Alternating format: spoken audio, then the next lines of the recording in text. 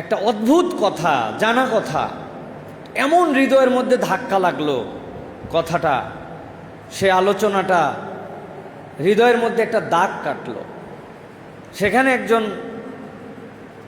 শাইখুল হাদিস বলছেন যে আল্লাহর নবী সাল্লাল্লাহু আলাইহি সাল্লামের থেকে উত্তম করে সালাত আদায় করতে পারবে এরকম কোন জিন ইনসানকে আল্লাহ সৃষ্টি করেন নাই। আল্লাহর নবীর চেয়ে উত্তম করে রোজা রাখতে পারবে এরকম কোন জিন ইনসানকে আল্লাহ সৃষ্টি করেন নাই। আল্লাহ নবী সাল্লাল্লাহু আলাইহি সাল্লাম কেবল হজই করেন নাই, আল্লাহ নবী সাল্লাল্লাহু আলাইহি সাল্লাম মুজদালিফায় বসে বলেছেন যে ও আমার উম্মত, খুযু আন্নী মানাসিকাকুম, আমার থেকে হজ শিখে নাও, আমি যেভাবে বলতেছি এইভাবেই হজ। তার মানে আল্লাহ নবী সাল্লাল্লাহু আলাইহি সাল্লামের হজের ডাইরেক্টর, তিনি যেভাবে পরিচালনা করেছেন তার থেকে উত্তম হওয়ার কোনো সুযোগই নাই।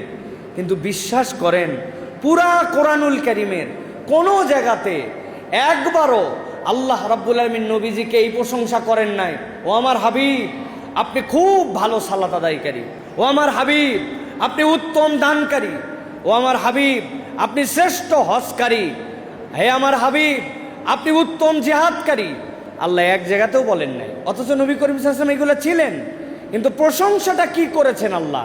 আল্লাহ প্রশংসা করেছেন ওয়া ইন্নাকা লাআলা খুলুকিন আযীম, ও আমার হাবিব আমি গ্যারান্টি দিলাম আপনার থেকে সুন্দর চরিত্র, ব্যবহার, কথাবার্তা, আচরণ আর কারো নাই।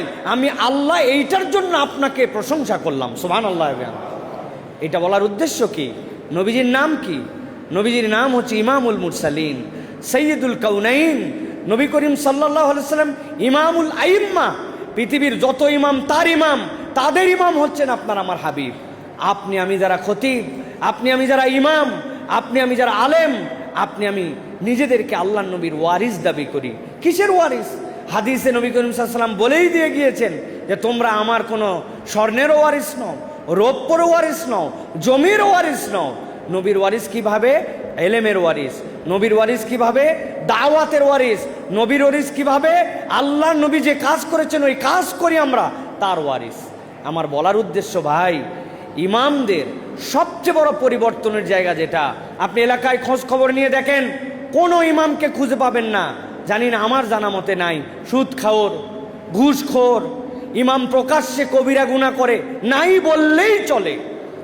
ওই 1 লাখে 2 জন, এক্সেপশনাল কখনো এক্সাম্পল হয় না, এক্সেপশন ইজ এক্সেপশন। অধিকাংশ মানুষ বাহ্যিকভাবে তাহলে আমরা ভালো, তাহলে আমাদের ল্যাকিংসের জায়গাটা কোন জায়গায় ভাই?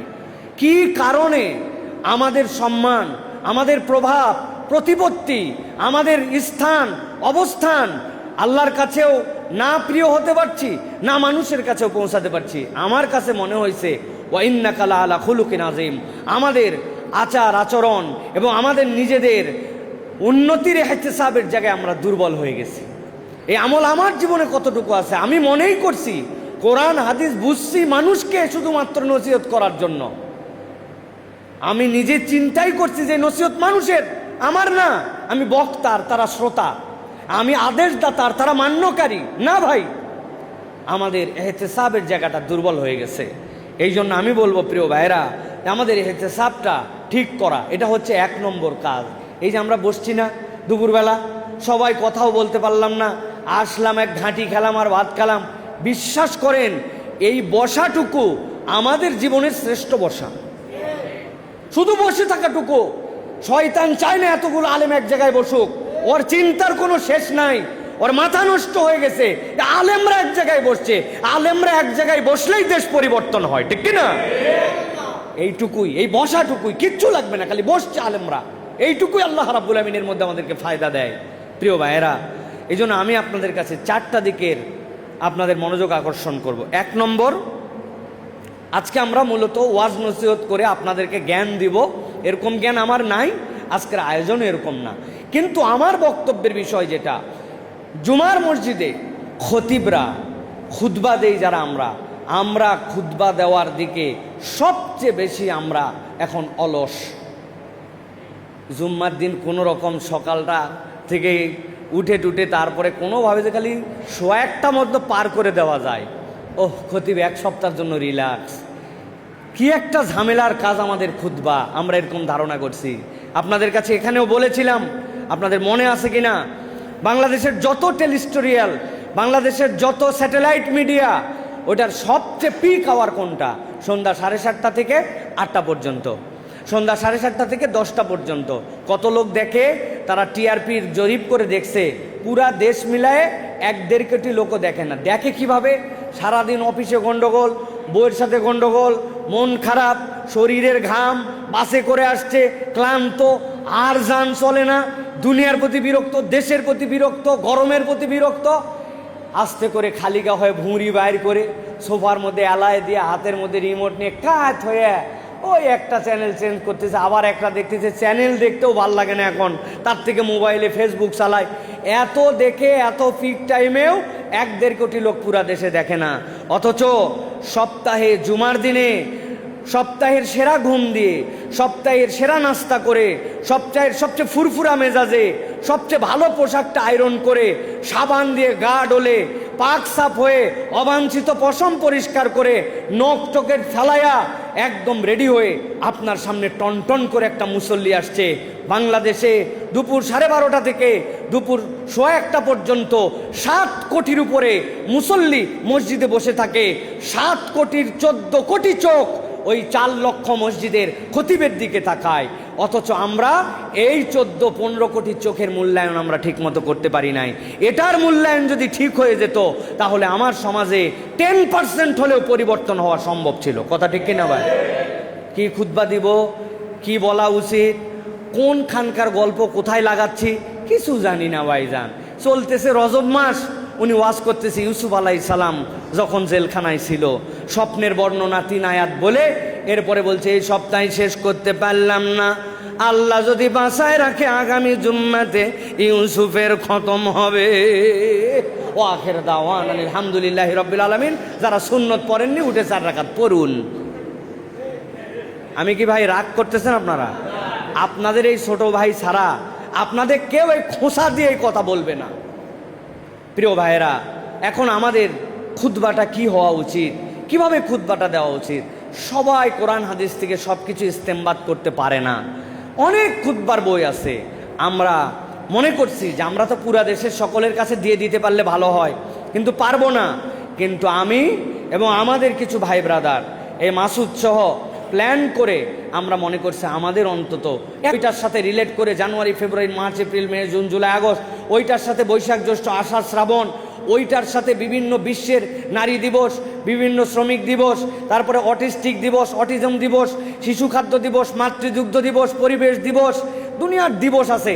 সবগুলাকে একটা সিকুয়াল মিলায়া আপনি খুতবা যদি দেখেন, কোরআন হাদিস থেকে রেফারেন্স দিয়া ইস্তেমবাদ করা আছে। এখন আপনার দায়িত্ব ওইখান থেকে একটু টাচ করা, আরও কেতাবাদি আছে, আরও 2টা আয়াত ওখান থেকে রিলেট করে একটা সুন্দর নোট বানাতে হবে। নোট তো আমি বানাই দিতে পারবো না ভাই, নোট আপনাকে চর্চা করে বানাতে হবে যে আজকে আমি কি বলবো। এটা তো বিষয় গেল, কিন্তু আব্দুল্লাহ জাহাঙ্গীর স্যার মরে গেছে 7 বছর আগে, আগামী 6 মাস পরে ভোট হবে। এখন ভোটের ক্ষেত্রে কোনভাবে আপনি অ্যাপ্রোচ করবেন, সৎ মানুষের পক্ষ অবলম্বন করতে বলবেন কেমন করে? অথবা ধরেন কোনো একটা ইসলাম বিদ্বেষী কার্যকলাপ সমাজের মধ্যে চলতেছে, হালে আসে কোনো পাঠ্যপুস্তকের মধ্যে অন্যায় ঢুকানো হচ্ছে, ওটা তো আব্দুল্লাহ জাহাঙ্গীর রহমাউল্লাহ ওই সময় লিখে যেতে পারে নাই, উনি আগে চলে গেছে। তাহলে সামগ্রিক চিত্রের সাথে সমকালীন প্রসঙ্গ এটা যুক্ত করে একটা খতিব যদি পর পর 5টা জুমা খুতবা দিতে পারে, আমি আপনাদের কাছে চ্যালেঞ্জ দিয়ে বললাম, আপনার মুসল্লি যেগুলো পরেও আসে ওরাও বাইরে যায় গল্প করবে, আরে খতিব সাহেব যে খুতবা দিছে অর্ধেক শুনতে পাই নাই, আগামী জুমায় অন্তত 10 মিনিট আগে যাওয়া লাগবে। 5 জুমা পরে দেখবেন আপনার বিষয় ভিত্তিক একদম টাইম মাফিক খুতবা দেওয়ার কারণে আপনার মুসল্লির মধ্যে প্রভাব বিস্তারিত হবেই হবে ইনশাআল্লাহ। এটা যদি না হতো, আল্লাহ রাব্বুল আমিন আমাদেরকে এই পদ্ধতি দিতেন না, আল্লাহ আমাদেরকে বাঁচায় দিছে। আমি তো মাঝে মাঝে বলি, ভাগ্যিস খালি খুতবাটা জুম্মার আগে ছিল,